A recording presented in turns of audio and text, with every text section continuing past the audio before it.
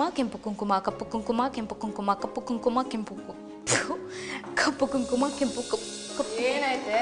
ಏ ಬಾ, ನಿನಗೆ ಕಾಯ್ತಾ ಇದ್ದೆ. ನಾನೀಗ ಒಂದು ಟಂಗ್ ಟ್ವಿಸ್ಟರ್ ಕೊಡ್ತೀನಿ, ಹೇಳ್ತೀಯಾ? ಯಾವ್ದಮ್ಮ? ನಂಗೆ ಗೊತ್ತದು. ಏನು ಕಪ್ಪು ಕುಂಕುಮ ಕೆಂಪು ಕುಂಕುಮ ಇದೆ ತಾನೇ? ಅಲ್ಲ, ನಾವೇ ಬೇರೆ, ನಮ್ಮ ಸ್ಟೈಲೇ ಬೇರೆ. ಏನಮ್ಮ ಅದು? ನಮ್ಮನೆ ಅಡುಗೆ ಮನೇಲಿ ನಮ್ಮನೆ ಅಡುಗೆ, ನಮ್ಮನೆ ಅಡುಗೆ ಮನೇಲಿ ನಮ್ಮನೆ ಅಡುಗೆ, ನಮ್ಮನೆ ಅಡುಗೆ ಮನೇಲಿ ನಮ್ಮನೆ ಅಡುಗೆ, ನಮ್ಮನೆ ಅಡುಗೆ ಮನೇಲಿ ನಾ ಹೇಳೋ ನೋಡೋಣ. ನಮ್ಮ ಅಡುಗೆ ಮನೆಯಲ್ಲಿ ನಮ್ಮನೆ ಅಡುಗೆಯಲ್ಲಿ ನಮ್ಮನೆ ಅಡುಗೆ, ನಮ್ಮನೆ ಅಡುಗೆ ಹೆಂಗಿದೆ? ಸುಮ್ಮನೆ ಕಣೆ. ವೇಟ್ ನಾನು ಯಾಕೆ ನಿಂಗೆ ಈ ಟಂಗ್ ಟ್ವಿಸ್ಟರ್ ಕೊಟ್ಟೆ ಅಂದರೆ, ಪ್ರತಿದಿನ ನೀನು ಮಾಡೋ ರುಚಿಯಾದ ಅಡುಗೆನ ತಿಂದು ತಿಂದು ನನ್ನ ನಾಲ್ಗೆ ಏನಾದರೂ ದಪ್ಪ ಆಗೋಗಿದೆಯಾ, ಅಥವಾ ನನ್ನ ಟೇಸ್ಟ್ ಬಡ್ ಸತ್ತೋಗಿದೆಯಾ, ಅಥವಾ ಇನ್ನೂ ಚೆನ್ನಾಗಿದೆಯಾ ಅಂತ ನನಗೆ ನಾನೇ ಕನ್ಫರ್ಮ್ ಮಾಡ್ಕೋಬೇಕಿತ್ತು. ಅದಕ್ಕೆ ನಿನಗೆ ಈ ಟಂಗ್ ಟ್ವಿಸ್ಟರ್ ಕೇಳಿದೆ. ಈಗ ನನಗೆ ಸಮಾಧಾನ ಆಯಿತು ನೋಡು. ಯಾಕಮ್ಮ? ಯಾಕೆ ಅಂದರೆ, ಅಡುಗೆ ಮಾಡೋ ನಿನಗೆ ನಾಲ್ಗೆ ತೊದಲ್ತಾ ಇದೆ ಅಂದರೆ ನಂದು ಯಾವ ಲೆಕ್ಕ? ವೀಕ್ಷಕರೇ, ಹಾಗಾದರೆ ನಾನಂತೂ ಇವತ್ತು ಪ್ರತಿಮಾ ಅವ್ರು ಮಾಡಿಕೊಡೋ ಸವಿ ರುಚಿನ ಸವಿಯೋಕ್ಕೆ ರೆಡಿಯಾಗಿದ್ದೀನಿ. ನೀವು ಸಿದ್ಧವಾಗಿದ್ದೀರಾ? ಹಾಗಾದ್ರೆ ತಡ ಯಾಕೆ? ಕೈಗೆ ತಗೊಳ್ರಲ್ಲ ಪೇಪರು ಪೆನ್ನು, ಶುರು ಮಾಡೇ ಬಿಡೋಣ. ಸೊ ವೆಲ್ಕಮ್ ಟು ಮೈಯಾಸ್ ಮನೆ ಅಡುಗೆ, powered by Nutrela soya. So darling, yes, ಏನು ಮಾಡ್ಕೊಡ್ತೀರಾ ಇವತ್ತು? ಇವತ್ತು ನೆಲ್ಲಿಕಾಯಿ ಜಾಮ್ ಹೇಳ್ಕೊಡ್ತೀನಿ. ನೆಲ್ಲಿಕಾಯಿ ಜಾಮ್? ಎಸ್. ಯೋ ಸೂಪರ್. ಇದಕ್ಕೆ ನೆಲ್ಲಿಕಾಯಿ ಜಾಮ್ ಅಂತ ಹೇಳ್ಬೋದು, ಓಕೆ. ಲೇಹ ಅಂತ ಹೇಳ್ಬೋದು. ಆಹಾ, this is a very healthy food. ಬಾಣಂತಿರಿಗೆ ಏನಾರು ಕೊಡ್ತಾರಾ ಇದನ್ನ? ಬಾಣಂತಿರ್ ಕೊಡಲ್ಲ, ಎಲ್ಲಾರು ತಗೋಬಹುದು. ಯಾಕಮ್ಮ? ಅಲ್ಲ, ಕೇಳ್ದೆ. ಏನು? ಅಲ್ಲ, ನೆಲ್ಲಿಕಾಯಿ ಅಂದ್ರೆ ಮುಂಚೆಯಿಂದ ಅಷ್ಟಕ್ಕಷ್ಟೇ, ಸೊ ಅದಕ್ಕೆ ಕೇಳ್ದೆ. ಬಟ್ ಜಾಮ್ ಅಂದ ತಕ್ಷಣ ಸ್ವಲ್ಪ ಟೆಂಪ್ಟ್ ಆಯ್ತು. ಇದು ಏನಂದ್ರೆ ದಿವಸ ಬೆಳಿಗ್ಗೆ ಒಂದು ಸ್ಪೂನ್ ಆಗಷ್ಟು, ಒಂದು ಚಮಚದ ಆಗಷ್ಟು ಲೇಹ ತಗೊಂಡ್ರೆ ಬಹಳ ಒಳ್ಳೇದು. ಯಾಕಂದ್ರೆ ವಿಟಮಿನ್ ಸಿ ಇದೆ. ರೈಟ್. ಓಕೆ. ಮೊದಲಿಗೆ ಇಂಗ್ರೀಡಿಯೆಂಟ್ಸ್ ಏನಂತ ಹೇಳ್ತೀನಿ, ಪ್ಲೀಸ್. ಆಮೇಲೆ ಮಿಕ್ಕಿದ ವಿಚಾರ ಮಾತಾಡೋಣ. ಶ್ಯೂರ್. Okay, ready. ನೆಲ್ಲಿಕಾಯಿ, ತುರಿದಿರೋ ನೆಲ್ಲಿಕಾಯಿ, ಬೆಟ್ಟದ ನೆಲ್ಲಿಕಾಯಿ, ಬಾದಾಮಿ ಪುಡಿ, ತುಪ್ಪ, ಏಲಕ್ಕಿ, ಓಕೆ, ದ್ರಾಕ್ಷಿ, ಸಕ್ಕರೆ, ಕಲ್ ಸಕ್ಕರೆ. ಓಕೆ, ಸರಿ. ನೀವು ಶುರು ಮಾಡ್ತಾ ಹೋಗಿ, ನಂದು ಒಂದೆರಡು ಡೌಟ್ಗಳನ್ನ ನಾನು ಕೇಳ್ತಾ ಹೋಗ್ತೀನಿ. ಏನು ಆಡಿಯನ್ಸ್ ರೆಡಿನಾ? ಎಲ್ಲರೂ ರೆಡಿ ಇದ್ದಾರೆ, ನೀನ್ ರೆಡಿ ಆಗೋ. ನಾವು ಎವರ್ ರೆಡಿ. ಎವರ್ ರೆಡಿ, ಅದು ಗೊತ್ತಮ್ಮ. Ever ready. ಏನಕ್ಕೆ ಹೇಳ? ತಿನ್ನಕ್ಕೆ. ಈಗ ಒಂದು ಚಮಚ ತುಪ್ಪ. ತುಪ್ಪ ಮಾತ್ರ ನೀವು ತುಪ್ಪ ತಿನ್ನಲ್ಲ ಅಲ್ಲ? ಕಳ್ಳಿ ಗೊತ್ತಾಯ್ತು? ಇಟ್ಟಿಟ್ಟೆ ಹಾಕದ್ ನೋಡಿದ್ರೇನೆ ಗೊತ್ತಾಗುತ್ತೆ ನನಗೆ. ಏಯ್, ಎಷ್ಟು ಹಾಕ್ಬೇಕೋ ಅಷ್ಟೇ ಹಾಕ್ಬೇಕು. ಅದೇ ತುಪ್ಪ ತಿನ್ನೋರಾಗಿದ್ದಿದ್ರೆ ಇನ್ ಸ್ವಲ್ಪ ಜಾಸ್ತಿ ಬಿದ್ದಿರೋದಲ್ಲಿ. ಒಣ ದ್ರಾಕ್ಷಿ,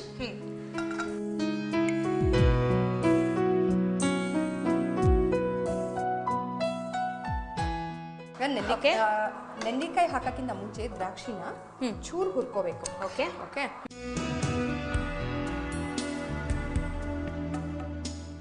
ಈಗ ದ್ರಾಕ್ಷಿ ಹುರ್ಕೊಂಡಿದೀನಿ, ಈ ತರ ಗುಂಡು ಗುಂಡಿಗೆ ಆಗ್ಬೇಕು. ಯಾರ ತರ? ನಂತರ ಈಗ ನಾವು ದ್ರಾಕ್ಷಿ ಹುರ್ಕೊಂಡಿದೀವಲ್ಲ, ಇದನ್ನ ತೆಗೆದಿಟ್ಕೊಂಡ್ಬಿಡೋಣ. ಓಕೆ. ಯೂಶಲಿ ಗೋಡಂಬಿ ಹುರಿದಿಟ್ಕೊಳ್ತೀವಲ್ವಾ ಎಲ್ಲ ಸ್ವೀಟ್ಸ್ ಅಲ್ಲಿ. ಇದು ದಿವಸ ಬೆಳಿಗ್ಗೆ ಖಾಲಿ ಹೊಟ್ಟೆಯಲ್ಲಿ ಒಂದು ಚಮಚ ಆಗಷ್ಟು ಲೇಹ ತಿಂದ್ರೆ ಆರೋಗ್ಯಕ್ಕೆ ಬಹಳ ಒಳ್ಳೇದು. ಓಕೆ. ಏನಂದ್ರೆ ನೆಲ್ಲಿಕಾಯಲ್ಲಿ ವಿಟಮಿನ್ ಸಿ ಅಂಶ ಜಾಸ್ತಿ ಇರುತ್ತೆ. ಕರೆಕ್ಟ್. ಸೊ ಇವಾಗ ನಾವು ಹಾಗೆ ನೆಲ್ಲಿಕಾಯಿ ಅಂತೂ ತಿನ್ನೋದಿಲ್ಲ, ಮಕ್ಕಳು ಅಷ್ಟೇ ತಿನ್ನೋದಿಲ್ಲ. ಈ ರೂಪದಲ್ಲಿ ಮಾಡ್ಕೊಂಡು ತಿನ್ಬೋದು.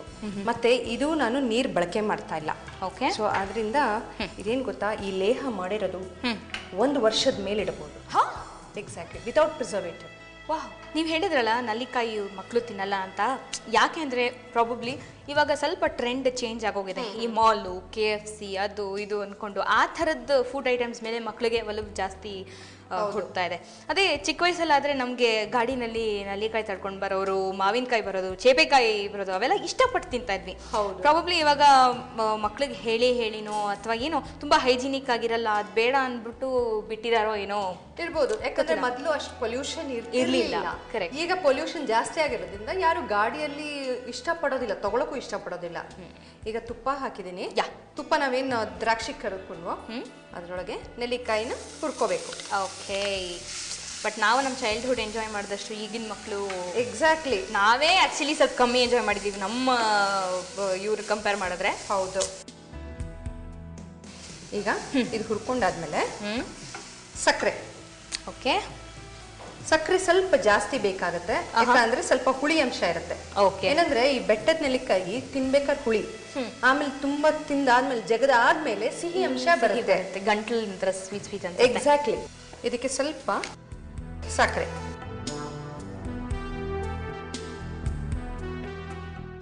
ಕಲ್ಸಕ್ರೆ. ಓಕೆ, ಸಕ್ಕರೆ ಹಾಕಿಯೂ ಕಲ್ಸಕ್ಕರೆ ಏನಕ್ಕೆ?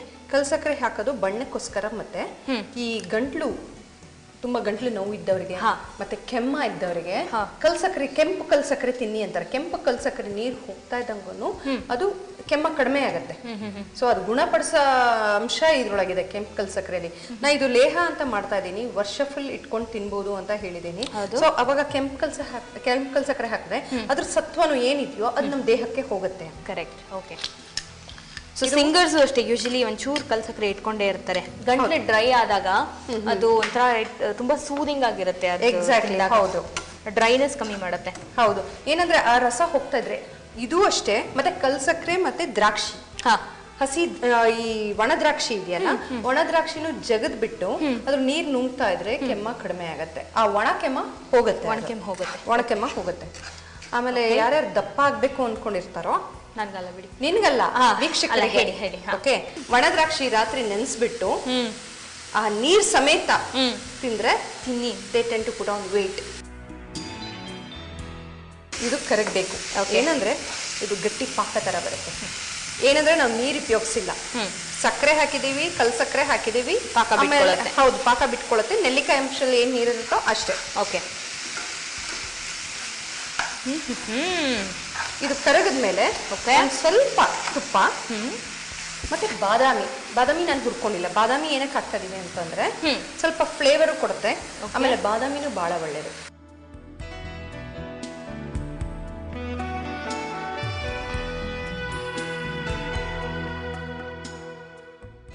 ಅದು ಕರಗೋದೊಳಗೆ ದ್ರಾಕ್ಷಿ ಹಾಕೋಣ. ಒಳ್ಳೆ ಸ್ಮೆಲ್ ಬರ್ತಾ ಇದಲ್ಲ? ಸ್ಮೆಲ್ ಏನೋ ಬರ್ತಾ ಇದೆ. ಟೇಸ್ಟ್ ನಂಗೆ ಇಷ್ಟ ಆಗ್ಬಿಟ್ರೆ ಸಾಕಪ್ಪ. ನೆಲ್ಲಿಕಾಯಿ ಒಂದು ಡಿಶ್ಶು. ಇದು ಬಾದಾಮಿ ಪುಡಿ ಮಾಡ್ಕೊಂಡಿದ್ದೀನಿ. ಅಯ್ಯ, ನಂಗೆ ಇಷ್ಟ ಆಗತ್ತಿದು. ಎಲ್ಲರಿಗೂ ಇಷ್ಟ ಆಗತ್ತೆ. ಇದು ಔಷಧಿ ತರ ಅಂತ ತಿನ್ನೋದು, ಹಂಗೆ ಇವಾಗ ಮುಕ್ಕೋದಲ್ಲ. ಹಂಗಾರೆ ಇವಾಗ ಟೇಸ್ಟ್ ನೋಡಂಗಿಲ್ವಾ? ನೋಡಮ್ಮ ನೀನು. ನಾನು ಹೋಗ್ತಾ ಇದ್ದೀನಿ. ಅದೆಲ್ಲ ಸೀನೆ ಎಲ್ಲ ಮಾಡಿದಷ್ಟು ನನಗೆ ಕೊಡಬೇಕು. I have all the rights. ದಿನ ಔಷಧಿ ತರ ತಿಂದ್ರೆ ಒಳ್ಳೇದು. ಆಮೇಲೆ ಏನಾರು ಹೆಚ್ಚು ಕಡಿಮೆ ಆದ್ರೆ ನನಗೆ ಹೇಳ್ಬೇಡ ನೀನು. ಇಲ್ಲ, ನಿಂಗೆ ಹೇಳ. ಇದು ಒಂದು ಸ್ವಲ್ಪ ರೆಡಿ ಆಗೋಷ್ಟಿಗೆ ನಾವು ಒಂದು ಸ್ವಲ್ಪ ಶಾರ್ಟ್ ಬ್ರೇಕ್ ತೊಗೊಂಡು ಬರೋಣ. ಶ್ಯೂರ್. ನನಗೂ ಸ್ವಲ್ಪ ಬ್ರೇಕ್ ಬೇಕು ಅನಿಸ್ತಾ ಇದೆ. ಸೊ ವೀಕ್ಷಕರೇ, ಈ ನಲ್ಲಿಕಾಯಿ ಜಾಮ್ ರೆಡಿ ಆಗೋ ಹೊತ್ತಿಗೆ ಮಯಾಸ್ ಮನೆ ಅಡಿಗೆ ಕಾರ್ಯಕ್ರಮದಲ್ಲಿ ನೀವು ತಗೊಳ್ಳಿ ಒಂದು ಚಿಕ್ಕ ವಿರಾಮ. ವೆಲ್ಕಮ್ ಬ್ಯಾಕ್ ಟು ಮಯಾಸ್ ಮನೆ ಅಡಿಗೆ ಆಫ್ಟರ್ ಶಾರ್ಟ್ ಬ್ರೇಕ್. ಆಹಾಹಾ, ಚೆನ್ನಾಗಿ ಪಾಕ ಬಿಡ್ತಾ ಇದೆ, ಯಮ್ಮಾಗಿ ರೆಡಿ ಆಗ್ತಾ ಇದೆ. Almost done. Almost done. ಏನ್ ಬ್ರೇಕ್ ತಗೊಂಡು ಹಿಂಗೆ ಬರೋ ಅಷ್ಟರಲ್ಲಿ ಡನ್ನು.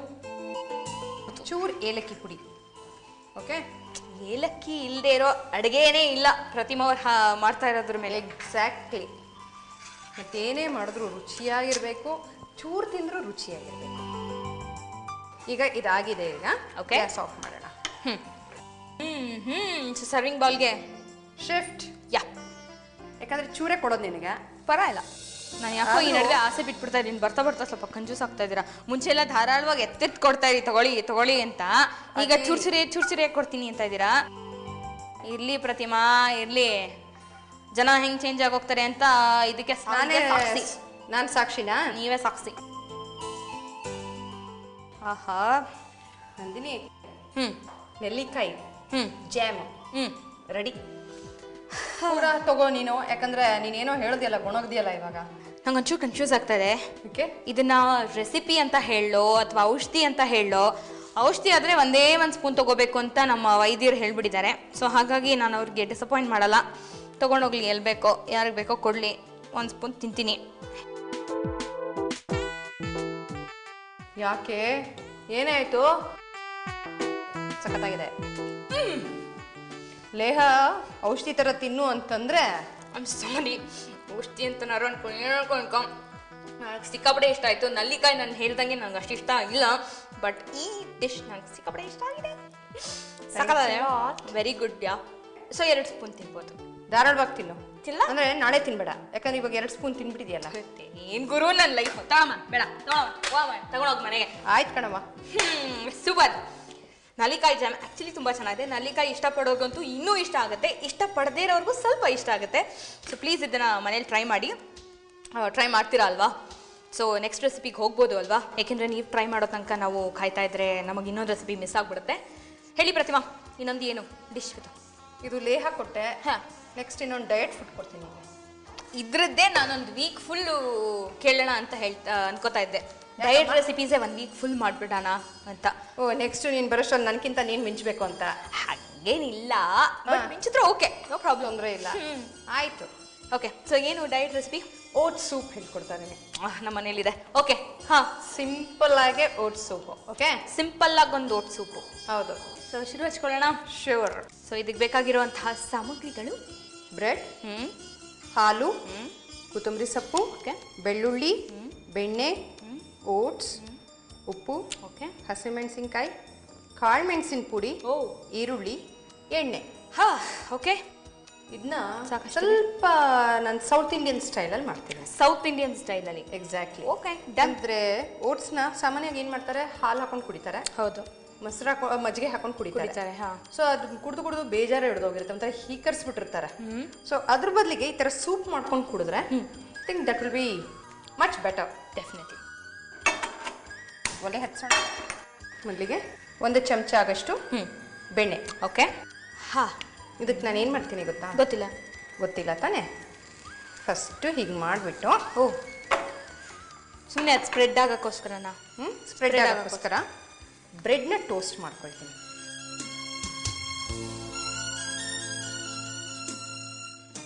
ಬೇಕಾದವ್ರು ಬೆಣ್ಣೆ ಹಾಕೋಬಹುದು, ಬಟ್ ಟೋಸ್ಟ್ ಮಾಡ್ಕೊಳಕ್ ಬೆಣ್ಣೆ ಬೇಕೇ ಬೇಕು ಕಣೆ. ಸ್ವಲ್ಪ ಕಾಂಪ್ರಮೈಸ್ ಮಾಡ್ಕೋಬೇಕು. ಮನುಷ್ಯನ ಟೇಸ್ಟ್ ಬೇಕು ಅಂದ್ರೆ. ಹೌದು, ಟೇಸ್ಟ್ ಬೇಕು. ಮತ್ತೆ ಮನುಷ್ಯನ ದೇಹಕ್ಕೆ ನಾನು ಎಣ್ಣೆ ತಿನ್ನಲ್ಲ, ಬೆಣ್ಣೆ ತಿನ್ನಲ್ಲ, ತುಪ್ಪ ತಿನ್ನಲ್ಲ ಅನ್ನೋದು ಬಹಳ ತಪ್ಪು. ದಿವಸ ಅಟ್ಲೀಸ್ಟ್ ಒಂದು ಮಿನಿಮಮ್ 1 ಚಮಚ ಆಗಷ್ಟಾರು ಬೇಕೇ ಬೇಕಾಗತ್ತೆ. ಯಾವುದೇ ರೂಪದಲ್ಲಾರು ನಾವು ತಗೋಬೇಕು. ಇಲ್ಲಾಂದ್ರೆ ಏನಾಗುತ್ತೆ, ಕಾಲು ಗಂಟಲ್ಲಿ ಎಣ್ಣೆ ಅಂಶ ಹೋದಾಗ ಅದು ಕಾಲು ಗಂಟು ನೋವು ಬರೋದು, ಇದೆಲ್ಲ ಆಗತ್ತೆ. ಸೊ ಆದಷ್ಟು ನಾವು ಎಲ್ಲಾನು ಇತಿಮಿತಿಯಾಗೆ ತಗೋಬೇಕಾಗತ್ತೆ. ಸಿಂಕ್ ಆಯ್ತು ನೋಡಿ. ಹೌದು. ಇಷ್ಟೇ ಸಾಕಾ? ಇಷ್ಟೇ ಸಾಕು. ಏನಂದ್ರೆ ಬರೀ ಸೂಪ್ ಕುಡಿಯೋಕ್ಕೂ ಬೇಜಾರಾಗತ್ತಲ್ಲ, ಮಧ್ಯದಲ್ಲಿ ಚುಚ್ಚು ಸಿಗ್ತಾ ಇದ್ರೆ. ಹೌದು. ಸ್ವಲ್ಪ ಬ್ರೆಡ್ಡು ಅಥವಾ ಗಾರ್ಲಿಕ್ ಬ್ರೆಡ್, ನಾವು ಇಟಾಲಿಯನ್ ಸೂಪ್ ಜೊತೆಗೆ ಗಾರ್ಲಿಕ್ ಬ್ರೆಡ್ ತಗೋತೀವಲ್ಲ, ಸೊ ಇದು ರೆಗ್ಯುಲರ್ ಸೂಪ್ ಜೊತೆಗೆ ಹೌದು ಬ್ರೆಡ್. ಓಕೆ ಓಕೆ, ಇದನ್ನ ತೆಗೆದಿಟ್ಕೊಂಬೋಣ. ಈಗ 1 ಚಮಚ ಎಣ್ಣೆ, ಈರುಳ್ಳಿ, ಓಕೆ, ಒಂದು ಸ್ವಲ್ಪ ಈರುಳ್ಳಿ, ಆಹಾ, ಒಳ್ಳೆ ಮಳೆಗೆ ಬಿಸಿ ಬಿಸಿಯಾಗಿ ಸೂಪ್ ಕುಡಿಯೋಕ್ಕೆ ಚೆನ್ನಾಗಿರುತ್ತೆ. ಬೆಳ್ಳುಳ್ಳಿ, ಓಕೆ, ಒಂದು ಸ್ವಲ್ಪ ಬಾಡಿಸ್ಕೊಂಬಿಡೋಣ. ಓಕೆ, ಇದು ಹಸಿ ವಾಸನೆ ಹೋಗುವವರೆಗೂ ಬಾಡಿಸ್ಕೋಬೇಕು. ಓಕೆ. ಗಾರ್ಲಿಕ್ ಎಷ್ಟು ಹಾಕೊಂಡಿದ್ದೀರಿ ಅಂದ್ರೆ ನೀವು? ಒಂದು 3 ಎಸ್ಲು. 2 ರಿಂದ 3 ಎಸ್ಲು.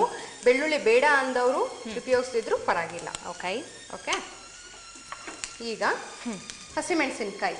ಓಕೆ. ಇದು ಒಂದು 2, ಇದು ಆಪ್ಷನಲ್. ಹಸಿಮೆಣಸಿನ್ಕಾಯಿ ಬೇಡ ಅಂದವರು ಕಾಳು ಮೆಣಸಿನ ಪುಡಿನೂ ಹಾಕೋಬಹುದು. ಓಕೆ.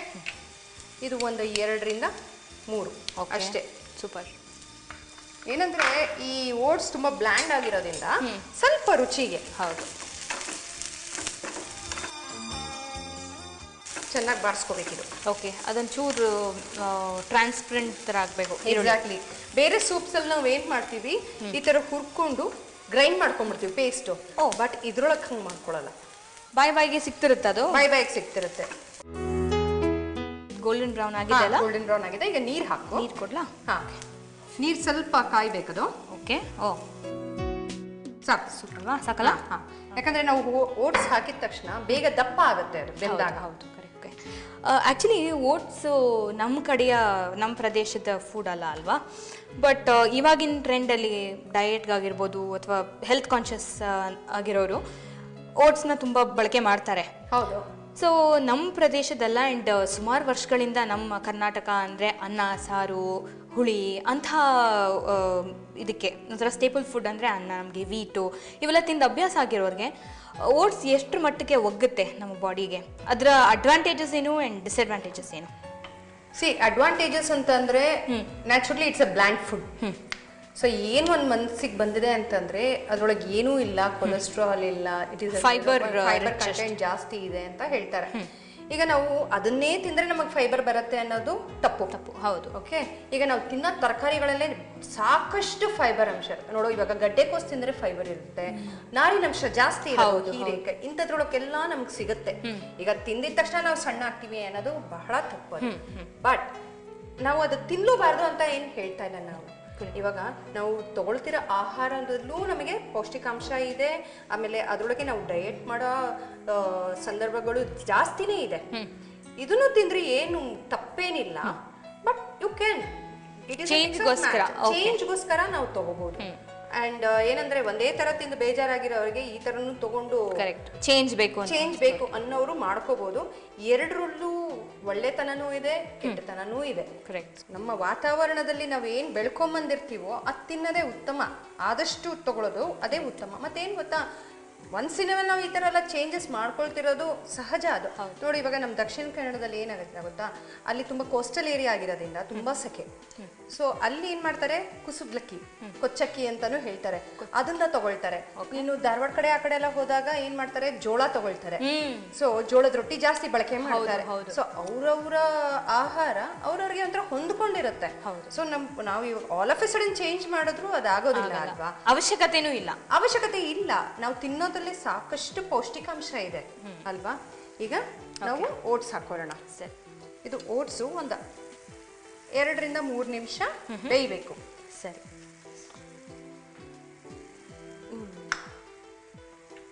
ಕೊಚ್ಚಕ್ಕಿ. ಹೌದು, ನಾವು ಕೊಚ್ಚಕ್ಕಿ ಅಂತ ಹೇಳ್ತೀವಿ, ಕುಸುಬ್ಲಕ್ಕಿ ಅಂತ ಹೇಳ್ತಾರೆ. ಅಲ್ಲಿ ಏನಂತಂದ್ರೆ ಬೆಳಿಗ್ಗೆ ನಾವೆಲ್ಲ ಇಲ್ಲಿ ತಿಂಡಿ ತಿಂತೀವಲ್ಲ, ಅಲ್ಲೆಲ್ಲ ಸೌತ್ ಕೇಂದ್ರ ಕಡೆ ಎಲ್ಲ ಆದಷ್ಟು ಕೊಚ್ಚಕ್ಕಿ ಗಂಜಿ ಅಂತ ಹೇಳ್ತೀವಿ. ಕುಸುಬ್ಲಕ್ಕಿ ಗಂಜಿ ಅಂತ ನಿಮ್ಗೆ ಹೇಳಿದ್ರೆ ಅರ್ಥ ಆಗತ್ತೆ. ನಾವು ಕೊಚ್ಚಕ್ಕಿ ಗಂಜಿ ಅರ್ಧ ನುಂಗ್ಬಿಟ್ಟಿರ್ತೀವಿ, ಕೊಚ್ಚಕ್ಕಿ ಗಂಜಿ ಅಂತಾನೆ ಹೇಳ್ತೀವಿ. ಅದಕ್ಕೆ ಉಪ್ಪು, ತುಪ್ಪ, ಉಪ್ಪಿನಕಾಯಲ್ಲಿ ತಿಂದ್ರೆ ಅದರಷ್ಟು ಹಿತ. ಆಕ್ಚುಲಿ ತುಂಬಾ ತಪ್ಪು. ಹೌದು. ಸೊ ಅದ್ರೊಳಗೆ ತುಂಬಾ ಪೌಷ್ಟಿಕಾಂಶನೂ ಇದೆ. ಸೊ ನಾವೆಲ್ಲ ಅದನ್ನೇ ಜಾಸ್ತಿ ನಮ್ಮನೇಲೂ ನಾವು ಮಾಡ್ತೀವಿ. ಸೂಪರ್. ಈಗ ಬೆಂದಿದೆ ಇದು.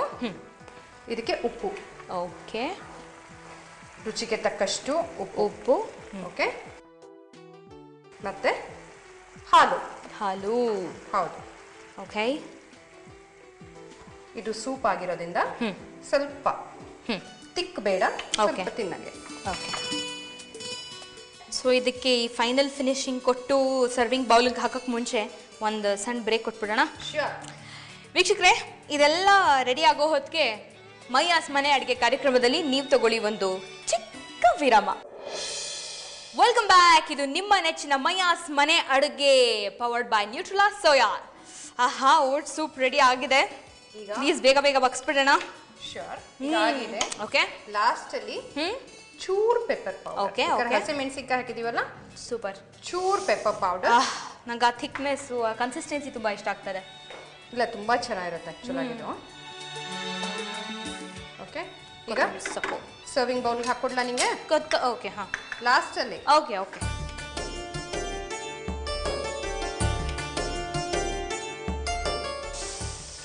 ಮತ್ತೆ ಇನ್ನೊಂದಂದ್ರೆ ಇದ್ರ ಜೊತೆಗೆ ಬ್ರೆಡ್ ತಿಂದ್ರೆ, ಸ್ಯಾಂಡ್ವಿಚ್ ಬ್ರೆಡ್ ತುಂಬಾ ಚೆನ್ನಾಗಿರುತ್ತೆ. ವಾವ್.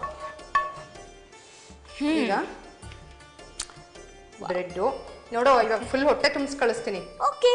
ಲಾಸ್ಟ್ ಅಲ್ಲಿ ಚೂರು ಕೊತ್ತಂಬರಿ ಸೊಪ್ಪು. ಇದೊಂಥರ ಸೌತ್ ಇಂಡಿಯನ್ ಟಚ್. ಹೌದು. ಕೊತ್ತಂಬರಿ ಇಲ್ಲದಿದ್ರೆ ಅಡುಗೆ ಒಂಥರ ಫಿನಿಶಿಂಗ್ ಇಲ್ಲವೇ ಇಲ್ಲ, ಕೊಡಲ್ಲ. ಸೊ ಓಟ್ ಸೂಪ್ ಹೇಗಿದೆ ಅಂತ ಟೇಸ್ಟ್ ಮಾಡ್ಬಿಟ್ಟು ನಂಗೆ ಹೇಳಿ. ಹಾ, ಈ ಬೆಣ್ಣೆಲಿ ಫ್ರೈ ಮಾಡಿರೋ ಇದು ಬ್ರೆಡ್ಡು, ಅದ್ರ ಜೊತೆಗೆ ಇದ್ರ aroma, but something very different. Yes.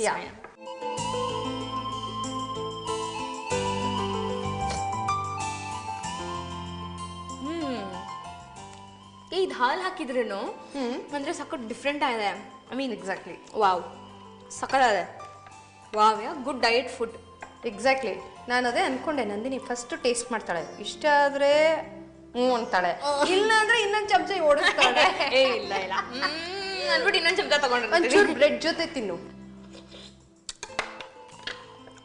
ಮೂತಿ ಯಾಕೆ ಹೆಂಗಾಗ್ತಿದೆ? ತುಂಬಿಸ್ಕೋತಾ ಇದೀನಿ ಒಳಗಡೆ.